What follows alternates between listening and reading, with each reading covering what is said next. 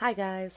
So for tonight's video, we're going to do a video on healing between parents and children, healing the connection between parents and children. I'm not quite sure exactly what I'm going to call it in the title yet, but it was an idea I had earlier this evening, so I wrote up some cards and we picked some, and now we're going to do this reading. So, take a minute to get in touch with your higher self and your intuition. Pick the pile you feel most drawn to, and we're going to have pile 1, 2, and 3. We'll get started with pile 1. So for pile 1, before we even get started, I really think that you guys need some fun. You guys need to go out and do something fun as a family together. You don't got to spend money to do that either. I mean, there's the park, there's going to the river, there's, if you have rivers around you, there's going to playing family game night, having family game night with like Scrabble and charades or Monopoly or Sorry. Monopoly's not a good one for stopping the fighting, though. So, I think you guys need to have a lot of fun, though, because we got two tokens here. One is for Pojo's Family Fun Center since 1974. No cash value. But just remember, too, that the best things in life are free. You know, really, you can't put a price on fun. You can have just as much fun with or without money. It's all your state of mind and how you're feeling about it. So if you don't have money to go out, don't worry about having to spend a bunch of money.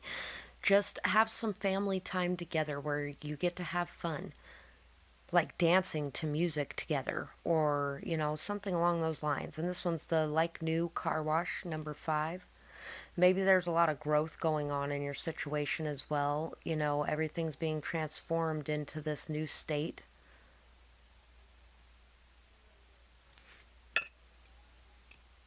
And there's really no going back. It says non-refundable on here, so I'm kind of thinking there's really no going back to the way it was before. But I think there needs to be some fun instilled in your guys' life as a group, as a whole, together. And so we have, sometimes they are just tired. Make sure they are sleeping enough and eating healthy food choices. Food affects mood. Connecting more on an emotional level will help your bond a lot. Remember, the love of a parent is the first love that a child experiences. So, remember that the relationship we have with our children and the bonds that we make with our children will determine the bonds that they make for the rest of their lives. Having a healthy emotional bond to each other is a very important thing, and sometimes it's really hard to do, especially if you had a very unhealthy emotional bond with your own parents. And really just taking that time out to listen to them, to when they start crying about something, even if you feel like it's an over exaggeration, if they start throwing a big fit because they hurt themselves or something like that, just just take a deep breath and hug them. Hug them. Tell them it's okay. We're going to fix it. It'll be okay, and I know it's not okay right now, and I know it hurts, but can you please tone it down a bit, because throwing this fit isn't helping any. And in fact, it actually makes the pain more when you start screaming like that, because all the blood is pumping through your body faster and it's all going straight to the owie even more. And things like that, really being able to connect to them more emotionally, to understand that we all have those bad days and we all have those cranky moments when you don't get a good night's sleep. How do you feel afterwards? It's amazing how much sleep babies, children, and teenagers are supposed to have. If you look it up, it's an extremely high amount of sleep. My kids go to bed every night at 8:30 still, and it won't be changed anytime soon. They need their sleep. They get one night a week where they get to have a slumber party. The rest of the week they get to go to bed at 8:30, and it's because sleep is important for them. It's important for them. It keeps them healthy, and I care about them. So when they throw a fit about it, that's what I tell them. I care about you and I love you. So even though you're throwing a fit, and even though I could give in, I'm doing the right thing, the harder thing, and I'm putting my foot down and making sure you're going to bed, because this is me showing you that I love you. And sometimes it's really hard to make sure that you're getting those healthy foods in there, especially if you're time crunched or if you work as well as being a parent or if you've got a lot of things going on throughout that week. But just remember to have the fruit in the fridge. You know, you can get a watermelon and you can chop it up into little pieces and put it in little Ziploc bags and stick it in the fridge, and they will munch on it every day because they love it. But it's hard to get into a watermelon when you got to get in there and cut it all up and all that kind of stuff. But if you already have it pre-cut up and stuck in your fridge or even little Ziploc containers, if you don't like to use plastic baggies, and they will eat it. Get some carrots, some baby carrots, and throw those in the fridge. Get some bell peppers and chop them up, put them in Ziploc bags. They will eat those things if they're available and if you remind them of them. And if you don't have the other crap around, too, sometimes it takes getting rid of the other crap. Ours, we get so much of the junk food, and once they're done with it in a payday, they don't get any extra, and they have to eat whatever healthy food is left in there. And if they wanted some of the junk food and some of the healthy food to be mixed and matched, they should have saved some of their junk food so they could have it later. And I'm not judgmental of anybody because you know what? We have our times around here where we have fast food for a week, and where my kids end up not sleeping till 12 o'clock at night 3 nights running, and then they're acting like cranky jerks for the next couple days. It happens to all of us. But recognizing what is causing those behaviors and changing the patterns is a very important thing. And sometimes it's just going to happen that you can't get those things in. But understanding in that moment that that's why it's happening is very important because it allows you to be a lot more empathetic. It allows you to put yourself in their shoes. It allows you to understand that they're just tired and they're hurting or they're upset or they're whatever the case may be. And a lot of times it's because of the tiredness or because they haven't had a proper meal all day or, things like that. We have your belief in yourself and others inspires people to reach higher. You always work hard and strive to do your best no matter what. Yeah, so don't feel guilty about anything going on. I was kind of feeling like there might be a little bit of guilt there the moment I started mentioning some of the things that might be causing some of those things. And just remember that you're somebody who really works hard. You work hard and you always try to do your best no matter what. And sometimes we don't see some of the things that are falling behind, or sometimes things just fall between the cracks, especially when we're working really hard. Take a break for yourself, take time to you, and really remember to believe in yourself because as you believe in yourself, it shows them to believe in themselves as well. It inspires them to really reach higher as you are able to show your best self and put your best self forward in those situations. It shows them to how to do that as well. Trust in your power to heal. You are love. Feel it, be it. So really trust that you have the ability to change things. Whatever's going on in this situation, you have the ability to change things. You have that ability because you have that love within yourself. Feel that love inside yourself and be that love and express that love to them because they will only love you even more for it. And your love will heal. Love is the most healing energy on this planet. We also have Rabbit, Five of Cups, the Devil, the Emperor, Seven of Cups, and the Two of Swords. So, you might find yourself very indecisive at times about putting your foot down and making them do the things that they should be doing that are healthy for them, that are good for them, because you might be wondering whether or not it's a bad thing, whether or not it's an authoritarian thing, whether or not it's over the top, whether or not you're being too controlling. And you may even have some shame or guilt around from times where you have been a little overly authoritative and really turned into a for lack of a better word, a monster. Don't feel bad. We all do it as parents sometimes. It happens. But recognizing that if they were getting that better sleep, if you were putting your foot down on the important things to begin with,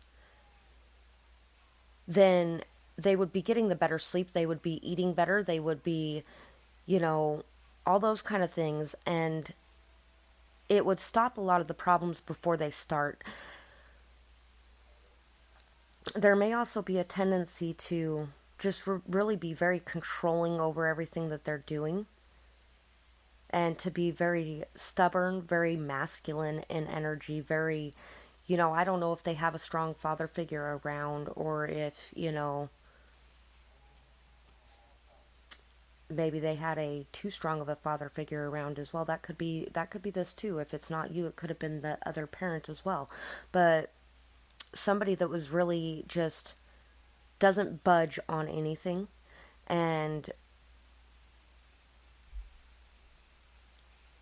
somebody that's really holding on to a lot of guilt, shame, sadness, regret, loss. Maybe there was a loss of a father, or maybe there was a father in your life that was like this as well. And it caused a lot of anxiety, a lot of illusions, a lot of misunderstandings about what is the best way emotionally to open up. And I think you're growing a lot emotionally, and you're starting to explore your emotions a lot deeper, starting to express them a lot more as well. And that's a really good thing.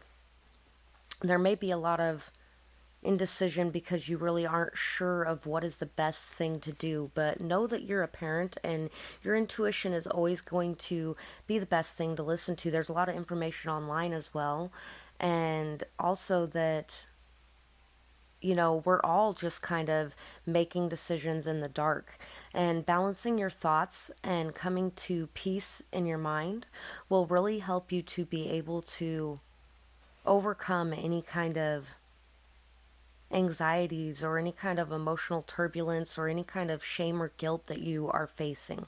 And understanding that you are someone who's very strong, very stable, very grounded, somebody who is very wise and has a lot of knowledge of how to take care of your children. You are somebody who always tries to do the best thing possible for everyone involved in a situation.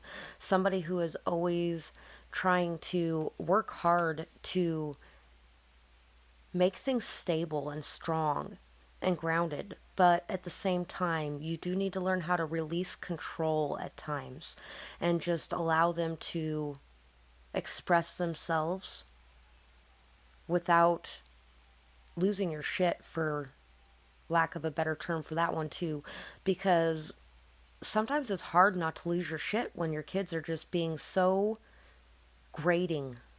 Because when they get really emotional like that and really upset like that, sometimes it's just really grating. And sometimes you're just worried about whether or not they're going to act like that around other people too. And you know what? Who cares about that too? Because we're all people and we all have our bad days. And yes, it does suck when those moments come up. But we deal with them when those moments come up, and we tell them that that was not an appropriate way to behave. And if they need to take some time to themselves to calm down and to collect themselves, that's the best thing to do in those situations.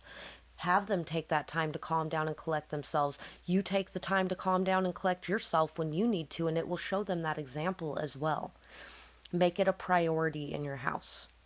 So that's what I got. Oh, nope, no, sorry. I'm going to read this rabbit pile as well, or this rabbit card as well. I forgot about that.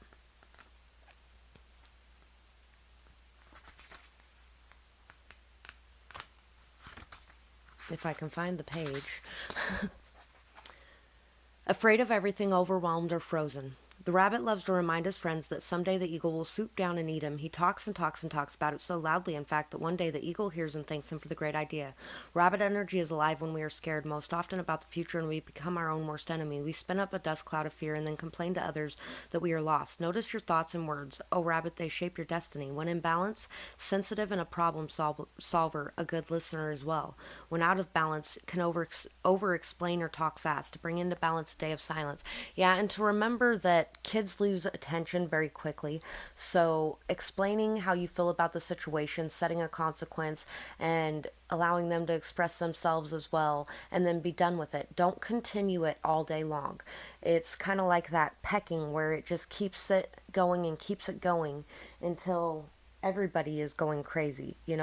Try not to do that as well, because sometimes that controlling behavior can come out in that manner as well. And I'm not saying anything, I've had my moments where I can talk something to death, but that is really, it doesn't do anything. And in fact, it actually does less than saying a little bit and leaving it does. So that's what I have for this pile. I'd love to hear your feedback in the comments below. And if you have a suggestion for a future video, I'd love to hear that as well. Have a beautiful night, day, whatever it is, wherever you are when you're watching. On to pile 2.